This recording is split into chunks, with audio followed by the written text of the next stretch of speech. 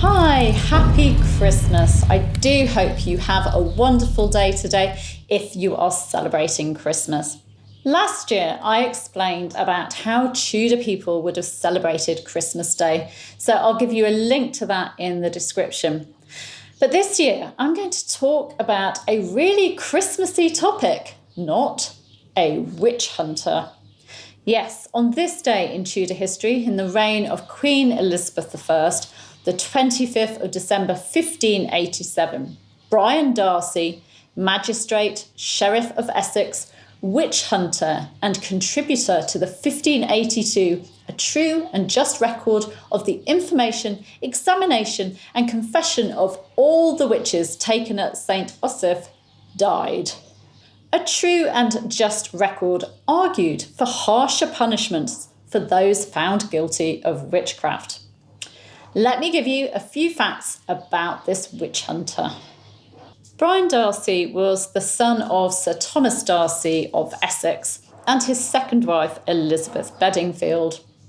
Brian was married to Bridget Corbett, daughter of John Corbett of Sprowston in Norfolk, and the couple had 8 children together. During the 1580s, Brian lived at the Darcy family seat of St Osyth Priory in Essex and also Tiptree Priory. In 1581, Brian served as a Justice of the Peace at Brentwood in Essex at the March Assizes.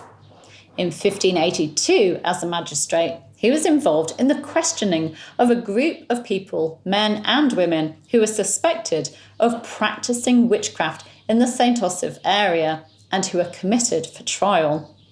Brian's interrogations of each of them were published that same year in the work A True and Just Record of the Information, Examination and Confession ... I'm not saying all that again, which was over 100 pages in length.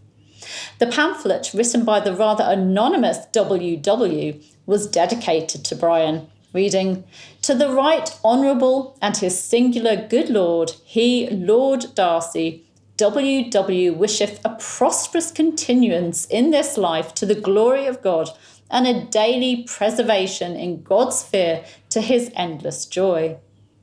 As I mentioned, Brian Darcy used this work to argue for harsher punishments for those accused of witchcraft, people he viewed as devil worshippers. He wanted the punishment of hanging to be changed to burning. He stated that a normal felon and murderer is hanged, and that it was a great inequality of justice for a witch to also be hanged, which deserveth a death so much the more horrible by how much the honour of God is eclipsed, and the glory due to his inviolable name most abominably defaced, even to the uttermost villainy that they can put in practice.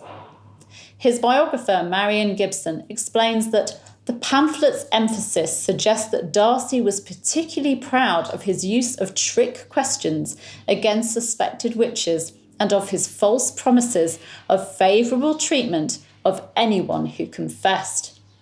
Perhaps he felt the ends justified the means. Brian Darcy was personally responsible for the execution of 2 women and the deaths of 4 other people who died while in jail. His work was obviously viewed in a positive light by those in authority, as he was made Sheriff of Essex in 1586. Brian Darcy made his will on the 19th of December 1587 and died 6 days later on Christmas Eve. I'll give you a link to read the pamphlet containing his interrogations, as it does make for interesting reading, but perhaps not on Christmas Day. It actually makes for uncomfortable reading, really. Tomorrow, I'll be talking about a woman who is a keen Protestant and businesswoman. So do make sure you're subscribed, click around about there, and that you've hit the bell so you don't miss that. Last year, I talked about Lettice Devereux, wife of favourite Robert Dudley, Earl of Leicester, and mother of favourite Robert Devereux, Earl of Essex. And I also talked about how Tudor people celebrate a Christmas. So do look at the description because you'll find the link there. I'll see you very soon. Please do give me a like, a special Christmas like, and feel free to leave a comment. I'm wishing you a very Merry Christmas indeed. See you soon.